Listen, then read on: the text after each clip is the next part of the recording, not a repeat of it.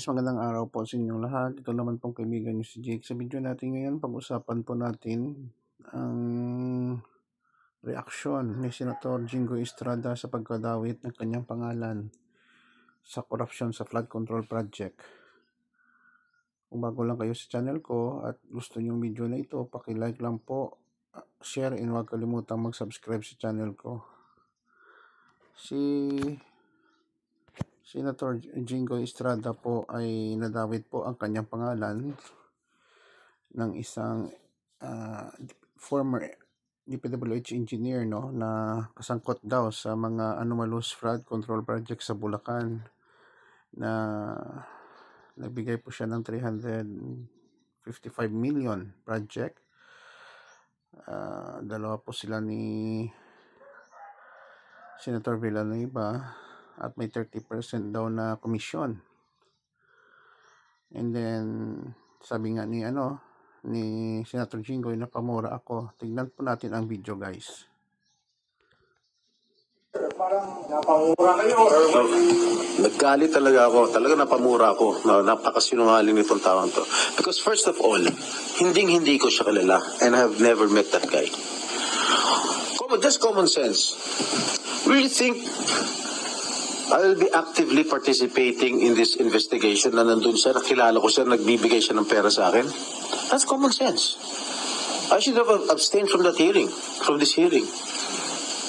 Malakas ang loob ko dahil I did not commit any illegal act. Pero Christian, dumaan kay isang claim niya ay Si District Engineer Alcantara, he even denied it. Dininay niya yung kay Senator Joel, dininay din niya sa akin. Oh. So, kinukulitan mo sa... Parang napamura kayo. Naggalit talaga ako. Talaga napamura. Okay, tignan natin, no. So, very obvious, no. Pero may logic din si Senator Jingoy, no. Bakit mag-conduct siya, mag-participate siya sa hearing kung siya mismo ay involvado sa korupsyon? Okay? At magkilala sila. Sabi nga dito, kalma, hinihintay pa rin namin ang solid ebidensya laban sa exciting part, haha.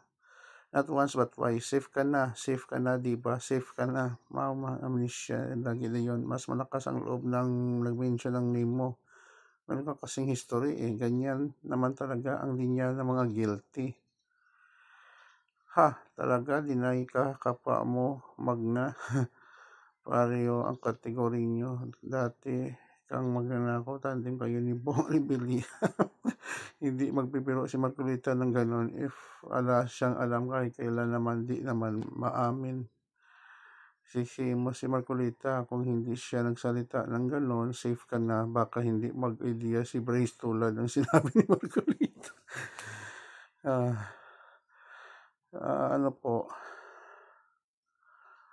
Umamin ka na lang kasi hugas kamay ka, di ka ituturo kung hindi ka binigyan. Hindi totoo yan, corrupt ka naman talaga, hindi ka pala safe.